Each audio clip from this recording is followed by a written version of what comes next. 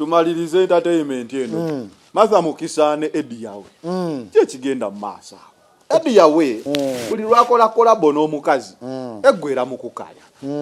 kiki kati nga gwalaba entertainment ekituufu kiri nti Eddy Yawe muntu wa production yamusoma n'amutegeera n'ateekawo studio ze ensi nejjange developinga ne tufuna emikutu egy'enjawulo WhatsApp TikTok egigendako music yenna kakati njagala nnyo abantu osiime okitegeera n'oba omuyimbi gwe oli muto ng'omanyi ojja kukozesa emitimbagano ofune sympathy nenjagala nnyo okole ki osiime bw'owulira oluyimba lwa Kalo Nantongo tukiggale nojja n'owulira n'oluyimba lwa Maza Mukisa luno otegeera nti omuwandiisi yeki kitegeeza Eddy Yawe atuula wansi n'ayiya oluyimba n'aluteeka mu production n'afuna omuntu gw'ajja odduyimba naye amazima gaba nti oluyimba luba lwa Eddy Yawe olina okugumiikiriza n'ojja olukusa kw'oyo nannyini luki nannyini luyimba owulidde kati n'otegeera advantage yo kati gwe Maza Mukisa kiki kyoleese ku Eddy Yawe kati olaba oluyimba nga ayi olwa Mudra ne Shiba nti Mudra ye muwandiisi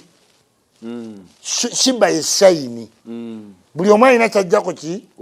oyinza okwesanga oluyimba buli muntu ajja lusharinga kuwoloze olwa Shiba kubanga mwena mwina half contribution ono muwandiisi Mudra muyimbi muto n'aluwa omuyimbi omunene analongeza hype nnyo kati ne mukkiriziganya nti luteeke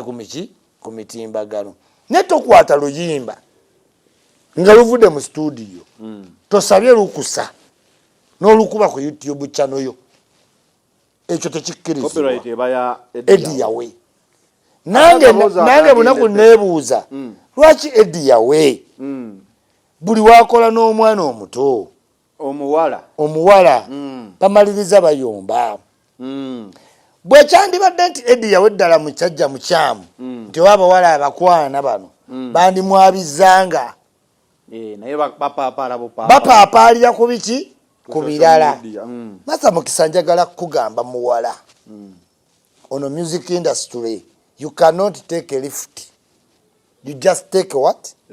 a step Eddy Yawe aludde mu production ayimbye amanyiddwa akyayimba sente ayina owa sente tagwa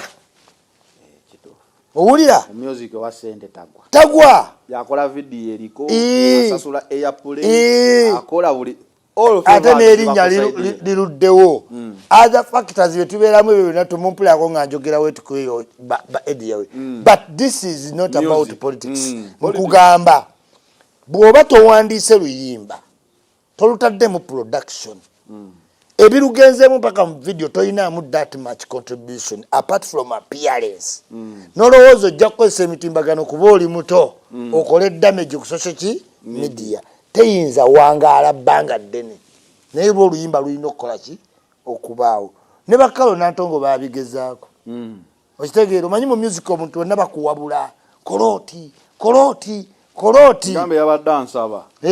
kuba bye byabadde bitambula ansabye ate namumye olinda wange n'alujjawo eyo kireimu walwawo Eddy Yawe abawala bamwagala ennyumba ye yokka teyeetaaga kusaba go weetwala olaba yafuuka haji yakola 3 in 1 obala tokimanyi omuba amakazi aba ezo ennyumba ziri ezi ekikomero eki mutuufu nange nenjizimba mba mu 3 in 1 kuba ennyumba eyo ennyumba y'abakazi 3 senga n'embuga gy'ayina kuba n'embuga era nazo zeegatta zityewuwe naye just nti bakazi bameka 3 byoyogera obika mbimanyi gwadi mulabye leero ezo ennyumba zirimu 3 gwagendayo amawulire mubuuze ezo ennyumba teziri 3 njagendayo yes naye kyenjagala okugamba on a positive note Eddy Yawe yayimba dda ate tayimba nti anoonya shayini Production ya mumanyi bayimbira ku budde ka YouTube yazze ne iTunes bamanyi music gyatundira mu budde bwe nawulira nti Eddy Yawe ogenda ogula afirigo afirigo nge kugamba ne Eddy Yawe omwagala naye omusasula kake kanjawulo si ka afirigo anti bamuyita buyisi takyali mu afirigo yes naye nga affiliates to afirigo